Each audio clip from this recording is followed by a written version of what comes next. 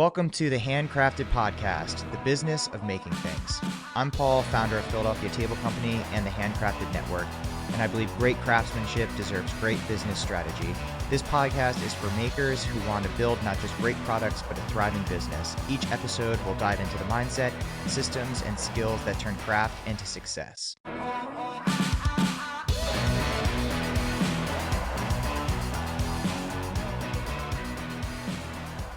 All right, guys, welcome back to the Handcrafted Podcast. Hope everybody has been doing great. For those of you guys who don't watch the YouTube channels and you do this auditory, behind me is my workshop in my basement.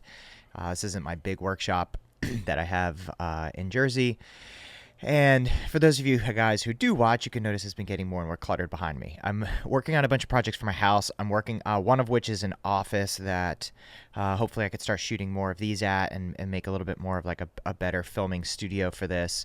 But for now, you got to deal with my crappy, scary basement. All right, anyways, so reminder, this podcast is brought to you by the Handcrafted Network. The Handcrafted Network is an online community of professional and semi-professional woodworkers all working together to grow our businesses.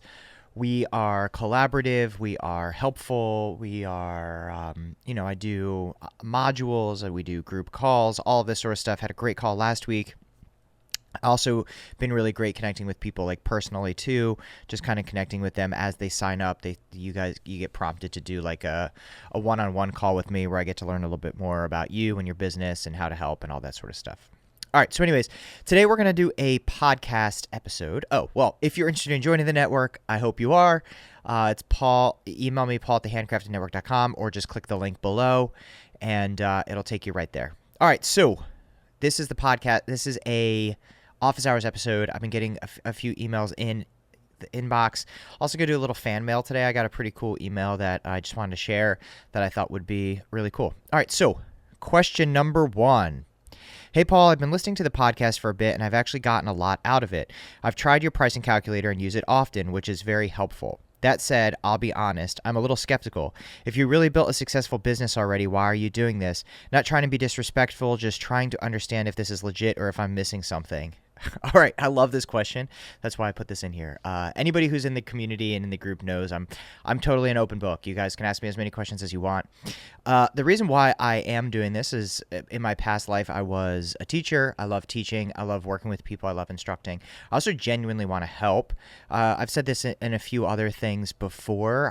I've kind of created the community and the podcast of things that I wished that I wanted to, that I always wished that I had when I was starting the business. For me, the easy part's making the furniture. Like, there's so many tutorials on that. Figuring that out is easy. Like, the woodworking part's the easy part. The hard part's the business stuff. So that's why I was like, there's nobody actually doing this. There's nobody doing this that's actually in the trenches with you guys. So I'm very much in the trenches. I am running a business. Successful is to be determined, right? Like, I'm always kind of joking about that. Always going through stuff, like this past week was just a little bit of a fun cash flow situation with taxes and all of that sort of stuff. But in general, so then, the online community is something that I've always wanted to, something that I wish that I had. And the reason why it's not free, because, of course, it'd be great to just sell stuff for free. This podcast is free. But I've learned, in order to get the most out of something, you actually need to, charge for it, or you need to pay something. That's why I've kind of kept it as low as I possibly can, or makes sense. So this way it still feels like you're paying something to have you commit. So it only makes the community better for everybody else, right? So if I'm paying, I think right now it's at $49 a month. If I'm paying $49 a month and that forces me to show up and it forces other people to show up, it only makes me a more valuable community member, and it makes the community more valuable for other people.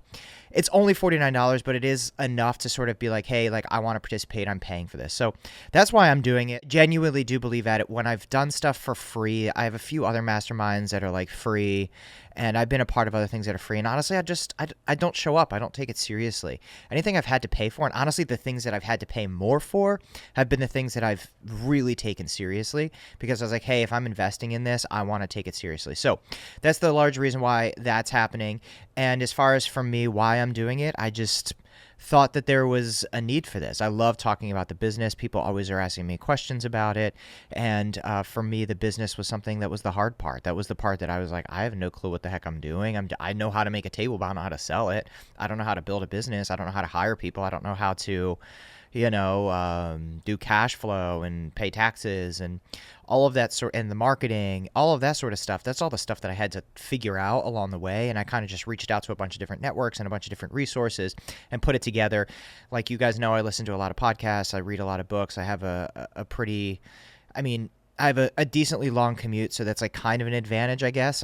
I just was like, hey, if I'm going to commute to my shop for 45 minutes each way, I'm going to use that as a way to really just kind of almost get like another degree. So learn as much as I can, basically get an MBA in whatever. So that's why I'm always referencing books and podcasts and all that sort of stuff. And I know a lot of you guys don't have the time to do that. So that's where this podcast comes in, to be able to share that information with you guys, as well as that's where the community comes in, where you're also able to sort of share information back and forth. So if you have questions, also if you're skeptical, you could go online, you could schedule a call with me, we could talk.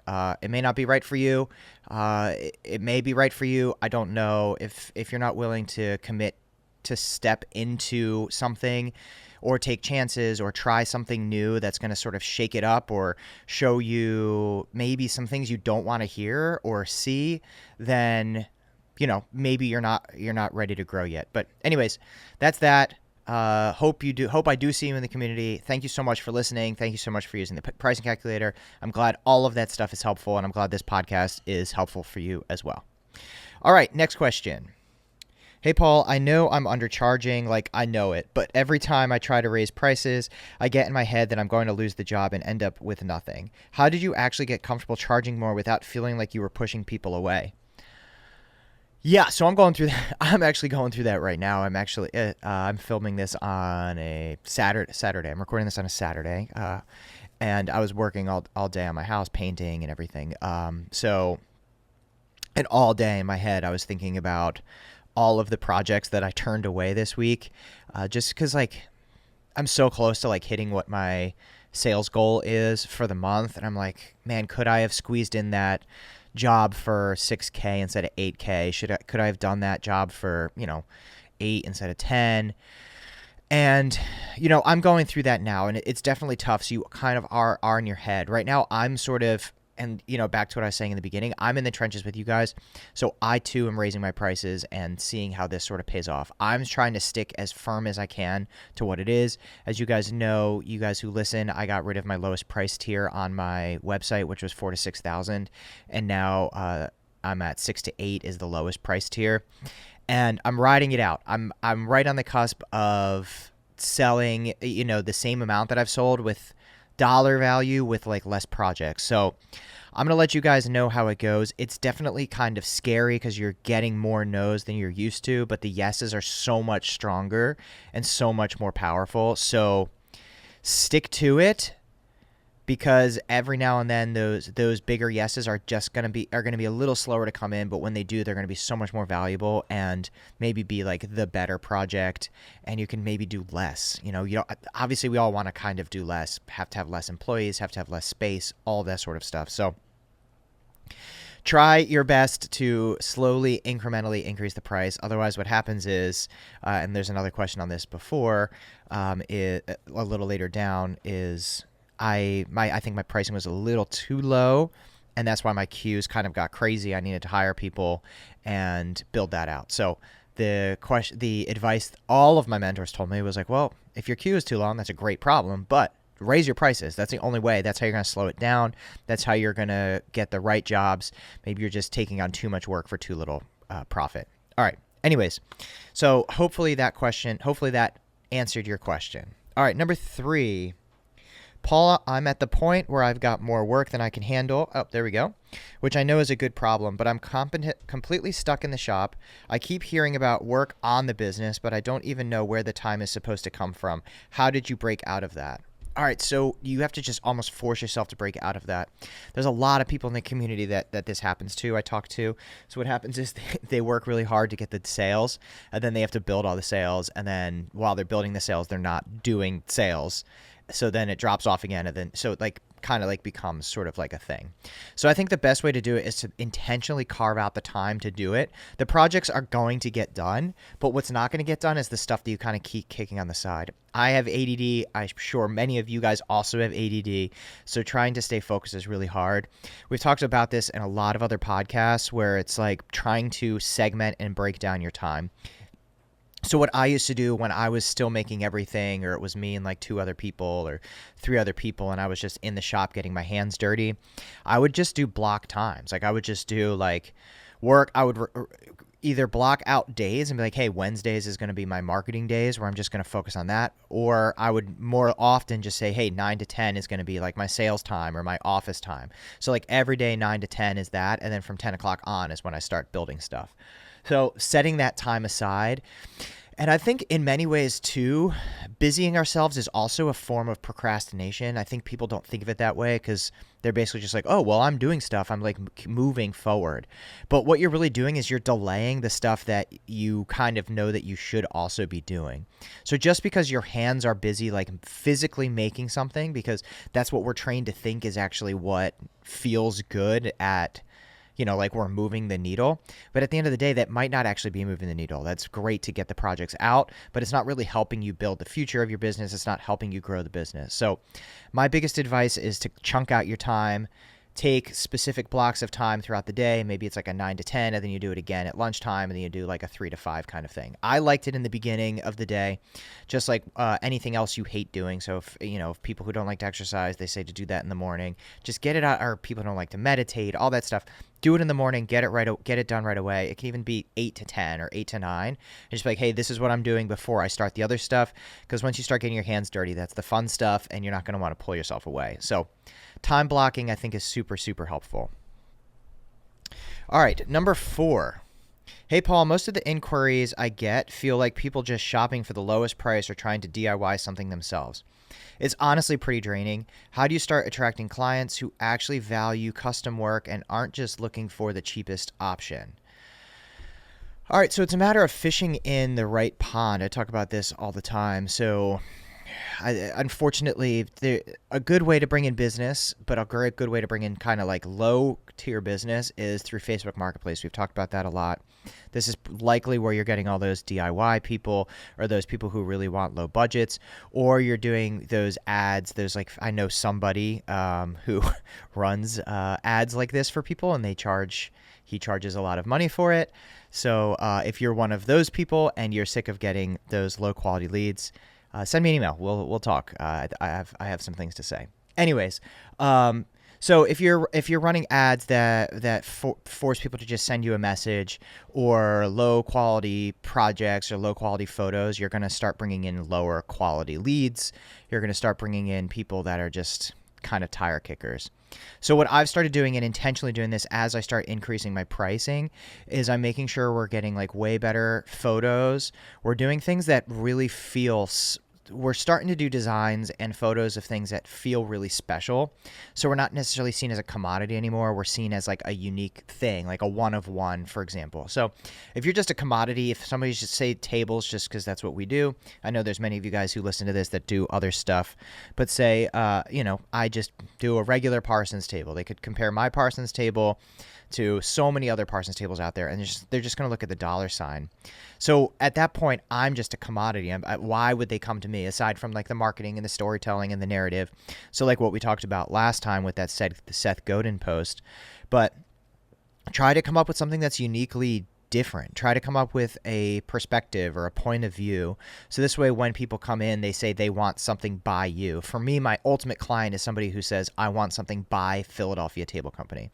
And the only way you're going to do that is by strengthening the brand and really putting out things that are unique, one of a kind, are not a commodity, are cool, look nice, are presented in a nice way. If stuff looks cheap, and this happens to me sometimes too, is like we have some really good photos that perform well, like algorithmically.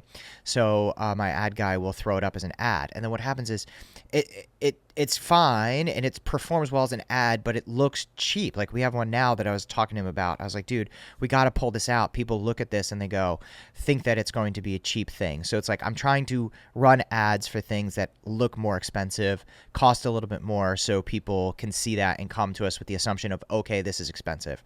And right now, actually, what's great is I get a lot of emails where people are like, hey, I'm not sure if I'm in your budget. I know that your stuff looks expensive, yada yada. So I'm like, hey, this is great. That's like right where I want to be. I want the stuff to look expensive.